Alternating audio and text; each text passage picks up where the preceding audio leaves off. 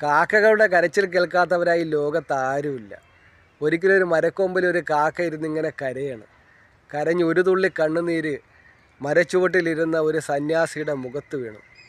അങ്ങനെ സന്യാസി തല ഉയർത്തി ആ കാക്കയോട് ചോദിച്ചു, താൻ എന്തിനാണ് ഇങ്ങനെ ഇരുന്ന് കരയുന്നത്?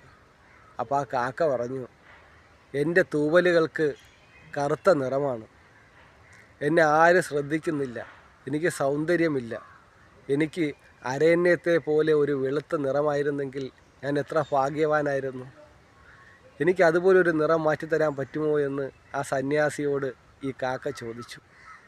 നിൻ്റെ ആഗ്രഹം ഞാൻ സാധിച്ചു തരാമെന്ന് ആ സന്യാസി പറഞ്ഞു. അരണ്യത്തിനെ പോലെ വെളുത്ത നിറമുള്ള ഒരു ശരീരം ഞാൻ നിനക്ക് തരാം.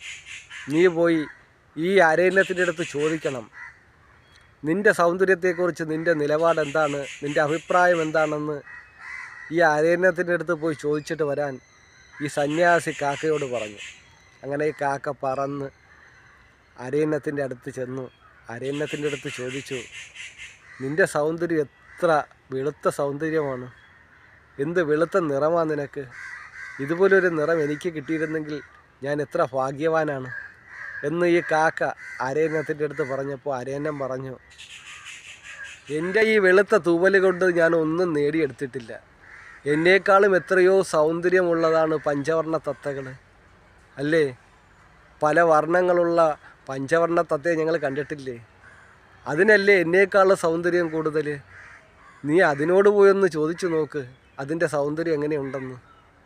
അത് കേട്ടപ്പോൾ കാക്ക ഒന്ന് ആലോചിച്ചു, ശരിയാണ്. അങ്ങനെ 100 പഞ്ചവർണ്ണ തത്തയുടെ അടുത്ത് നമ്മളെ കാക്ക പറന്ന് ചെന്നു.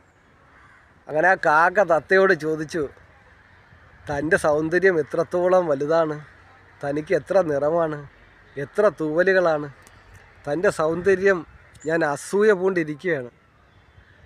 തന്നെപ്പോലൊരു സൗന്ദര്യം എനിക്ക് കിട്ടിയിരുന്നെങ്കിൽ ഈ ലോകത്തിലെ ഏറ്റവും വലിയ ഭാഗ്യവാൻ ഞാനായേനെ.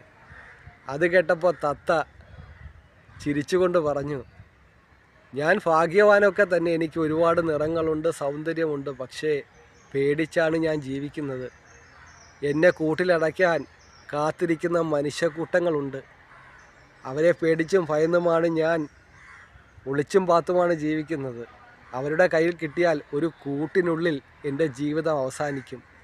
പക്ഷെ നീ ഭാഗ്യവാനാണ്. നിന്നെ തേടി ആരും വരില്ല. നിന്നെ കൂട്ടിലടയ്ക്കാനോ തന്നെ പിടിക്കുവാനോ ആരും വരില്ല. തന്നെപ്പോലെ സ്വാതന്ത്ര്യമുള്ള ഒരു ജീവിയെ ഞാൻ കണ്ടിട്ടില്ല. അത് കേട്ടപ്പോൾ കാക്ക ആലോചിച്ചു, ശരിയാണ്. സൗന്ദര്യം കുറവെങ്കിൽ എന്ത്, എനിക്ക് എൻ്റേതായ ഒരു സ്വാതന്ത്ര്യമുണ്ട്. എനിക്ക് എവിടെയും പറന്ന് നടക്കാം, എവിടെയും കയറി ചെല്ലാം. എന്നെ ആരും ഒന്നും ചെയ്യില്ല. അത് കേട്ടപ്പോൾ സൗന്ദര്യം ഉപേക്ഷിച്ച് വെളുക്കണ്ട കറുക്കണ്ട ഒന്നും ആലോചിച്ചില്ല. കാക്ക തല കുനിച്ച് പതുക്കെ വീട്ടിലേക്ക് പോയി. അതാണ് മക്കളെ, നമ്മുടെ ജീവിതത്തിൽ നമ്മുടെ സൗന്ദര്യം നമ്മൾ വില കുറച്ച് കാണരുത്.